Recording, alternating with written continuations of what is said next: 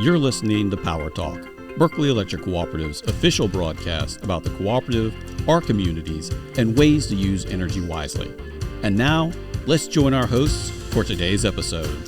Good morning and welcome to Power Talk. I am Micah Ponce, the Communications and Media Specialist here at Berkeley Electric Cooperative, and I am joined by Miss Libby Roig, as always. Good morning, Libby. Good morning, Micah. You're a lucky man today. I am indeed. I have a room full of extremely powerful, intelligent, and charismatic women. How can I go wrong? And not to mention lovely. Lovely, yes. Do that as well. And speaking of those women, if you all bear with me for a second, I'll make introductions for the rest of the folks that we have here in the room. We have Ms. Yahira Bess, the Public Relations Specialist here at Berkeley Electric Cooperative. Yes, good morning. Good morning. I am so happy to be here with you guys. Just ecstatic, yes. Or I should buenos dias. Yes, buenos dias. And then we also have our special guest, the Goose City Creek Councilwoman Melissa Enos-Sims, the Low Country Director of Outreach for South Carolina Women's Leadership Network. It's a mouthful, but welcome. That's a lot, right? I have a few other jobs you could add on there, but thank you so much. I'm excited to be here. Well, we've already made it official. We have given you your official Power Talk mug. You are now part of a relatively elite group of people. Getting less and less elite every day. It's pretty exciting. It's what I came for. I came for the mug. Woo! We could trap you in a room for 30 minutes to get it, but, hey. That needs to be the new logo. I came for the mug. Yes. Well, like I said, welcome.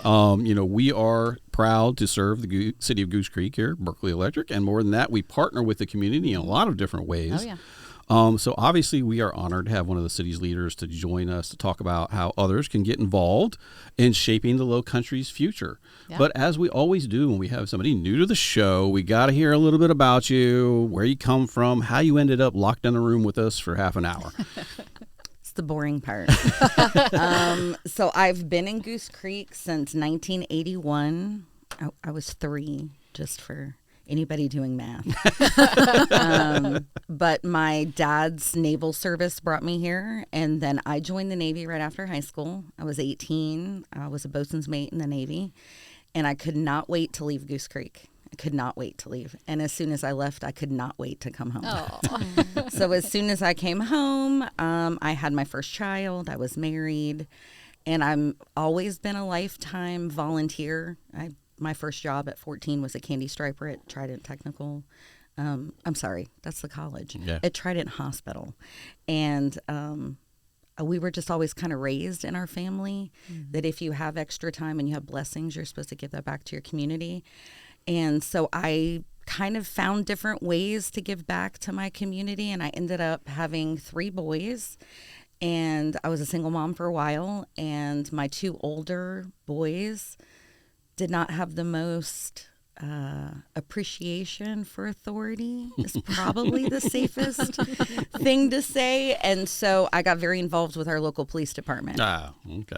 Just so that if they had any encounters, I felt safe, they felt safe, and I wanted them to know the officers that served our area, and I wanted the officers in my city to know my children. In a positive way. Just in case. Yes.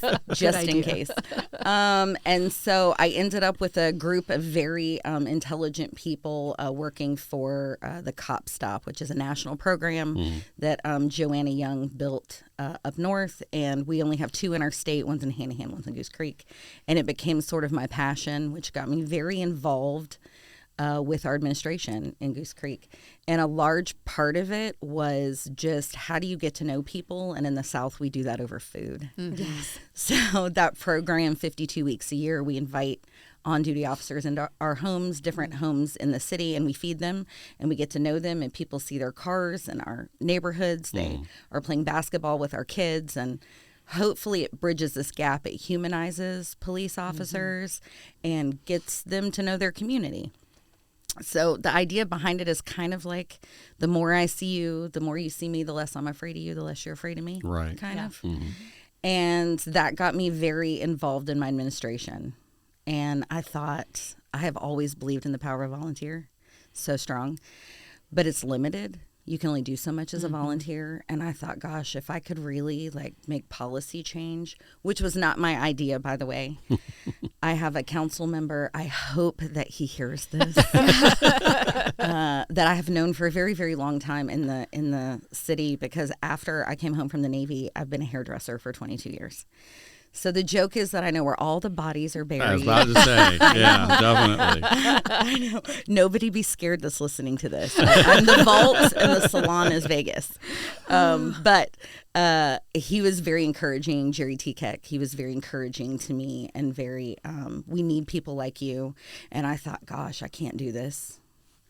I am just like a single mom. I'm just like a normal person. I don't have a huge education. I mean, I have 2 associate's degrees. I wanted to live at Trident Technical College. If they had a degree in underwater basket weaving, I would have taken it. Well, we do have a program for linemen, in case you're interested. I would have stayed there forever. But I just didn't think I could do it. I thought, what qualifications do I have? I have no experience. How am I even going to do this? I'm just like a normal person. And he was like, that's why you have to do that's it. why you're perfect. Right. You care about our community, and look what you do on your own without anybody, you have to do it. And I was terrified, and I ran the last day in 2020. Filing closed at noon on April 1st, and I was there at 11:04. And I thought, worst case, it'll cost me $100. I'll throw my name in the hat. I prayed about it. I'm like, God will put me on this journey, and even if I don't get elected, this is an opportunity I'm supposed to take. Right? So I did it. And oddly enough, it turns out they will let any old riffraff run your city, because they did elect me. I did get elected. So I've been on city council since 2020, and it has been life-changing. More than anything, I've gotten a huge education. I learned how my city works. Right. Yeah. I learned how my police department works, how our utilities work, how our fire department works, what things cost, how much of our taxpayers' money actually goes to our budget. Yeah. The things that you think that you know, that you don't know. Yeah. Right. And then you're like, oh gosh, now that I have all this information, what do I do with it? Yeah. And it's hard, but I'm still a dreamer. And I don't hate people yet. A lot of people my age hate people by now. They're like, I don't like people anymore. Get off my lawn. Right. But I still believe in the power of people. I believe that people are our greatest commodity. I believe that all people can be contributors and have added value.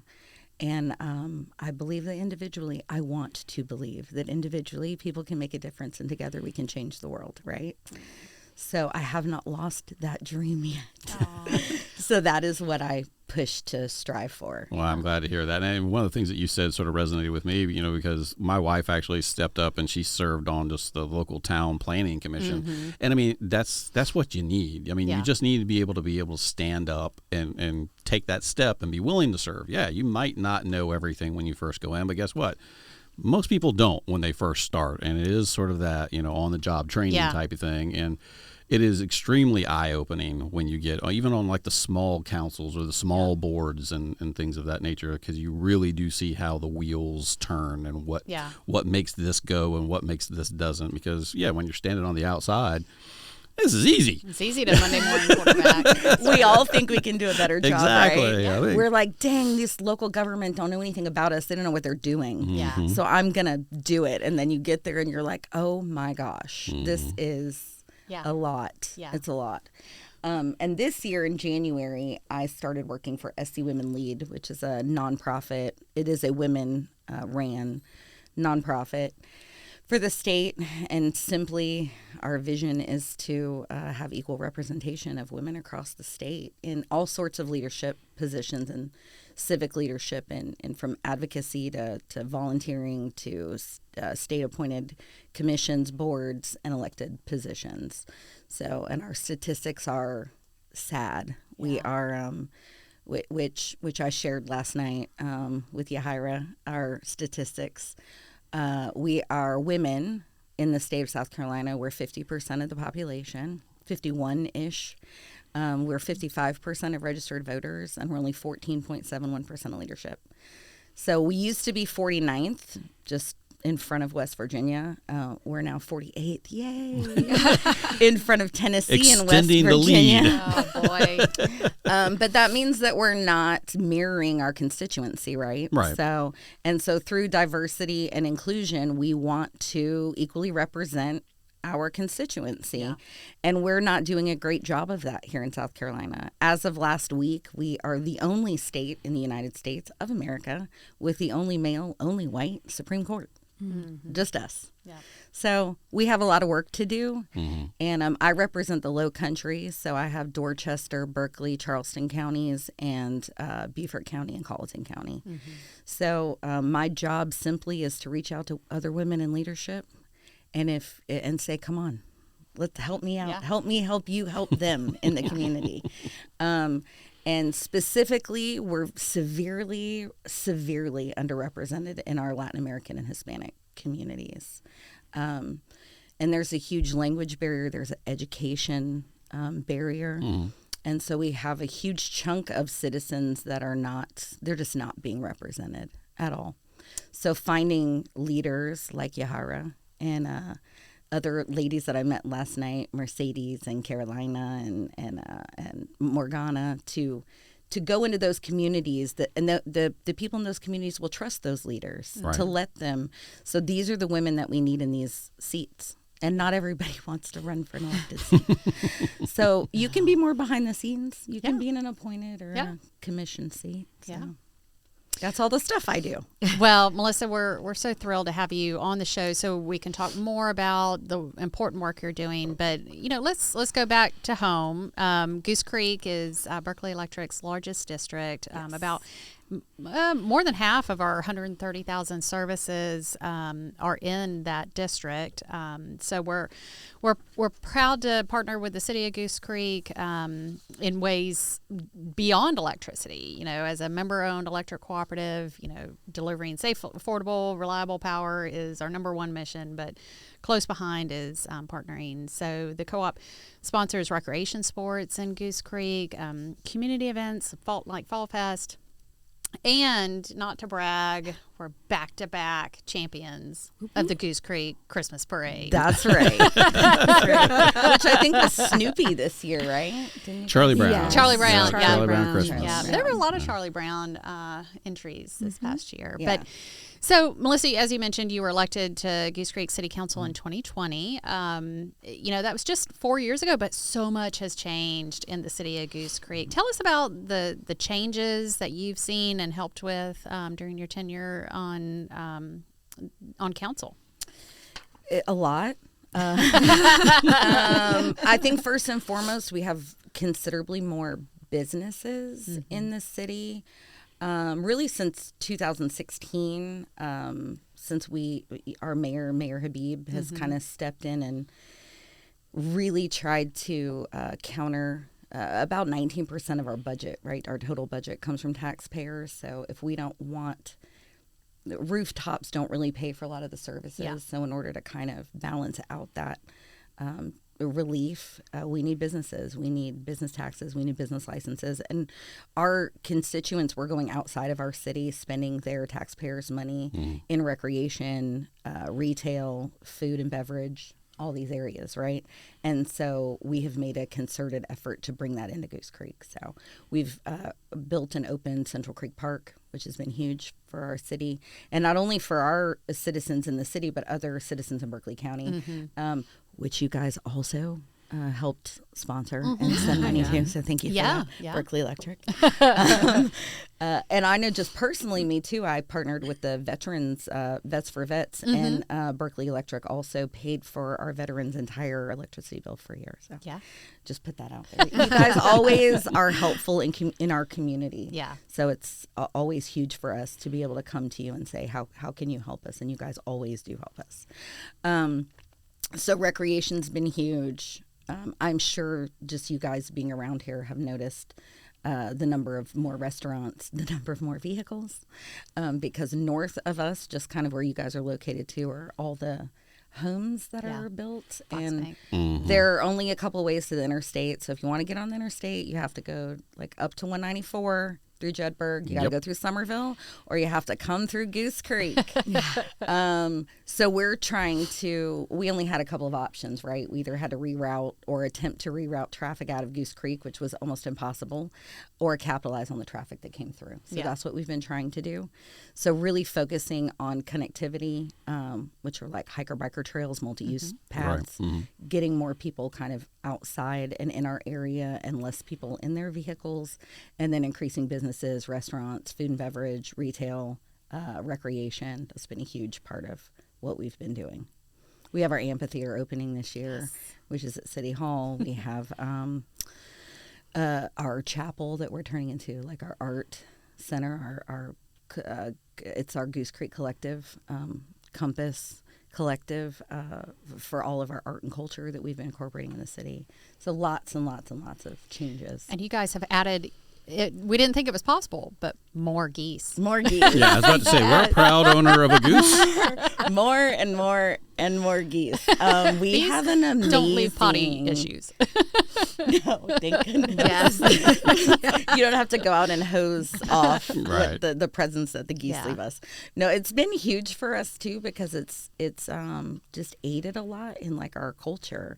It brings our community out. We even have like a scavenger hunt in the city, so you can come up to our recreation department and you can get your little card, and each business that has one is donated like gift cards. So once you complete your scavenger hunt, you can win a little gift card. So that's been super exciting, and we have them all over. And Barb Richardson, our department head, who is amazing, has constantly added and added and added and added and added. So hopefully we end up having them everywhere.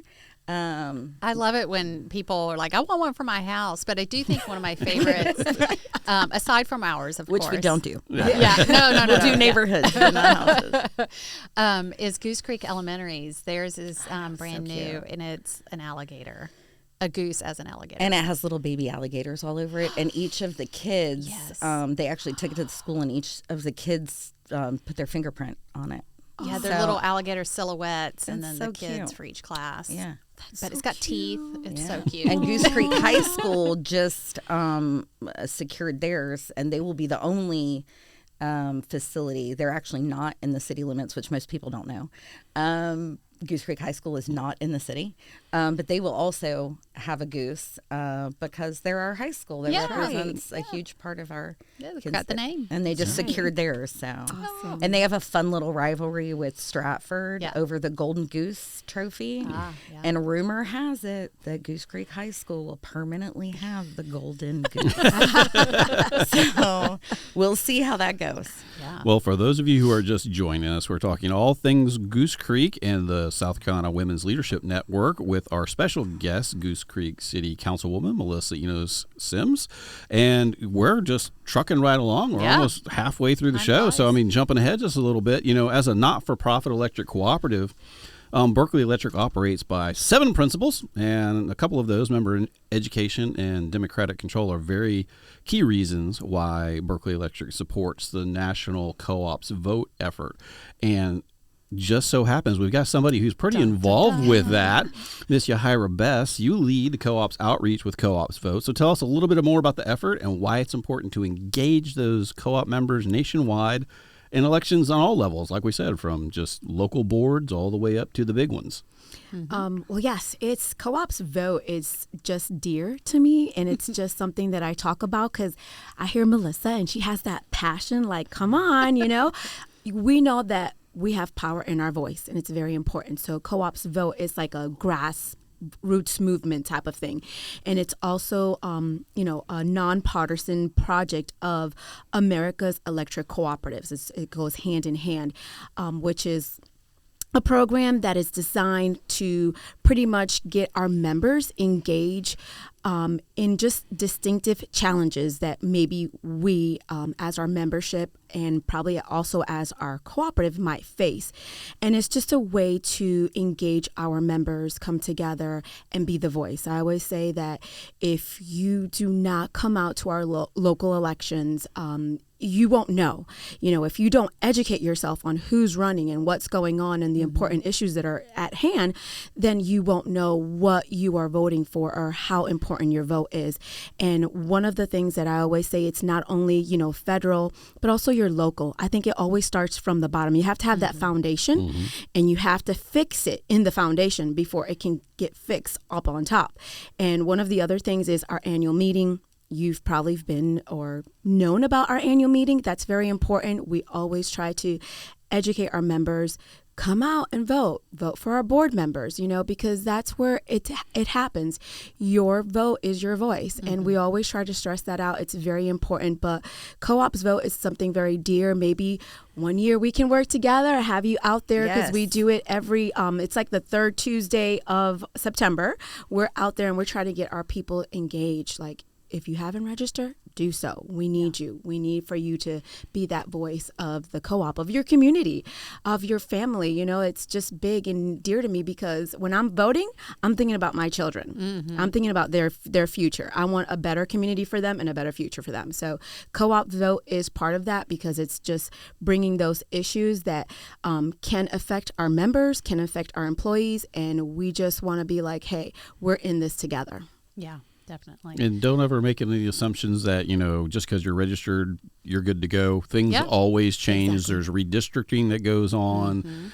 So don't just assume that everything's fine because you might show up to the polls and be like, oh, I need to do something. And day of, it's kind of hard to make any changes. Exactly. Yeah. And like you said, education is very important too, because even like this last go around, I went up there and there were a couple amendments on there that we were voting on that I wasn't, you know, resolutions I wasn't 100% sure. I was like, these slip completely by me. And sometimes the wording can be a little tricky. Yeah. Yes. I mean, they use some double negatives in there. So I'm like, am I voting yes or am I voting no? I'm not 100% sure. They're very long run-on sentences. Exactly. Heretofore with, you know, Article 3 of Section Sub 9. I know sometimes it can be a little confusing. Yeah. So preparation is key. Yeah. Obviously.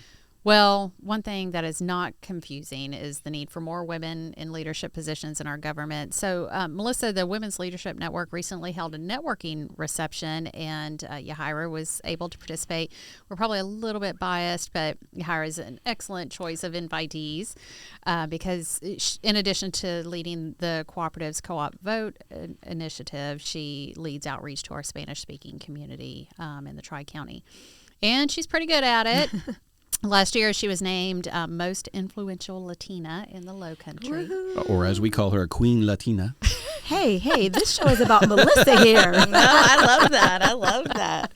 So, Melissa, we know women make up more than half of the state's population, but they're only represented in about 15% of the state legislature. Why, you know, it's important to have women, but why is it also important to have diverse women represented in public office? A couple of reasons. First of all, our seat at the table is different, and we deserve to be there. And we bring a little something different. We tend to be more cooperative. We tend to work more across the aisle. Not to say that men don't. We just tend to also care about different policies, right? We lean in more towards sort of quality of life issues, healthcare, childcare, sort of these sort of all-encompassing issues that sometimes get left behind or seem less important because they don't always have dollar signs attached to them. So they sometimes get forgotten, and there are sections of our community that are not being represented because they're minorities and marginalized, so they don't have a voice. And so sometimes we have people out there that are really trying to do good, but they're kind of doing service for service's sake because they didn't walk into that community and say, what do you need? How can I help you? You know, what is it that you need? And until I even reached out to Yahira, I didn't even know the lack of services that they were getting as far as not calling for domestic violence or child abuse or these things because they're terrified, right? And I didn't even know that was an issue. I knew that there was like a language issue and an education issue, but I didn't know exactly where that was. Yeah. And how could I know? Yeah. Right? So I have to go to the source and say, how can I help you? What can we do? And she's such an amazing leader in her community. So to reach out and say, hey, you need to be in one of these seats. Yeah. You need to You inspire me. And so you need to be in one of these seats to help your community to really make change in policies and legislature. Yeah. And she does all these things. She's in all these organizations. And I'm like, hey, you need a seat, a bigger seat at a bigger table. Right, Micah? Because if you can pick up a mountain and move it, and like not even need anybody to pat you on the shoulder for Yeah. it. And women tend to, not that we don't have pride and ownership, we do, right? But we're okay saying, I don't need all or nothing. Yeah. We're okay saying, what if I could get you 85% of the way there? What if we could just find what we do have common ground in, and we get a little bit of the way there? And I tend to, in SC Women Lead, we are a multi-partisan organization, so we deal with all partisans, and sometimes that is difficult because sometimes we do have legislators that are party over people, right? Because that's where they get their funding from. Yeah. So and we need people over party, especially right now, and we get a lot of that representation with some inclusion and diversity, because we don't all fit in a box. Our issues don't. The four of us sitting at this table, if we threw all of our issues up in the air and we grabbed the 2 or 3 that mattered the most to us, they would probably be different. And that's okay, as long as we can like talk to each other with respect and get to know each other and respect each other's experiences and backgrounds, then we can find our common ground and get where we're going. And that's really what it's about, is respect, relationship building, and leaving this place better than we found it, because we have kids. Yeah. Right? And we want a better place for our kids to grow up. Yeah. You have my vote again, Melissa. So hopefully with, women listening in and watching this show, they're motivated, to do the next step, to take that next step. How do you find out more information, Melissa, on the ballot for 2024? So you can always go to SC Votes. That's also a great place for you to read like referendums and understand them. Check your registration status. Right. And talking about like being prepared for understanding what they say. You can also go to scwomenlead.net, which is our website. Filing for elected seats opens March 15th, and it's going to close at noon on April 1st. And you can be like me. You can decide at 11:04 on April 1st to run. A lot of people right now are like, it's too late to decide.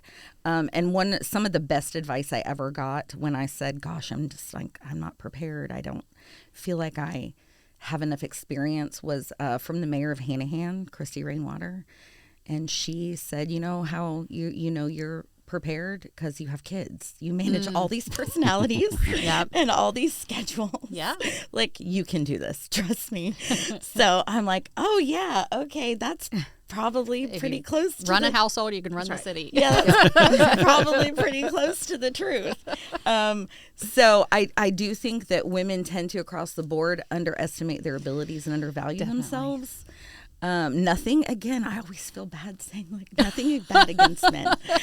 But our CEO, Barbara, always says that men will literally, like, probably without pants on, stand in the mirror with a tie on and say, I should run for Congress. and I did that this morning. And women, we will literally pick up a mountain and move it and say, I'm not qualified. We ask for the bottom of pay bands. We don't ask for raises. We will do more work. We will stay later, and we will ask for less. And it is built in us to do that, and it's up to women in our community to change that a little bit. So hopefully that's what we can do. So go to scwomenlead.net. I'm your Low Country Outreach Director, so you can always look me up too, Melissa Enos-Sims. I'm here to help you, give you information.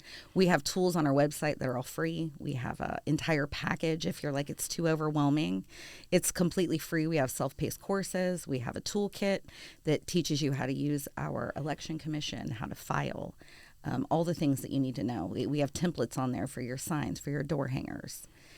We have all this information that normally people pay campaign managers for. Not that we don't love our campaign managers, we do. But if we could save a little money and do some stuff on our own, that would be great. Absolutely. So we do have all these tools for you, and if that's not for you, we do have appointed and commission seats also available. Our state has well over 300. We're one of the states that have more state commission seats than almost any other state. Several of them have expired terms or nobody in them. And when we also have community and county and municipal seats also that are available, and it might be somewhere where somebody fits, and you would never know if you don't know what they are. So, well, it sounds like y'all got some homework out there, folks. We got lots of things that we need you to go out there and do. Got seats that need to be filled. Do it. Yahaira, I understand you're going to be running for governor soon. Mike is going to be her campaign manager. But folks, that's going to do it for another edition of Power Talk, and you can tune in to us anytime you want. This is the official broadcast of your electric cooperative, and you can catch up on past episodes on streaming platforms like Spotify, Apple, and iHeartRadio, and get a behind-the-scenes look on Berkeley Electric's YouTube channel. So until next time, this is Power Talk, signing off.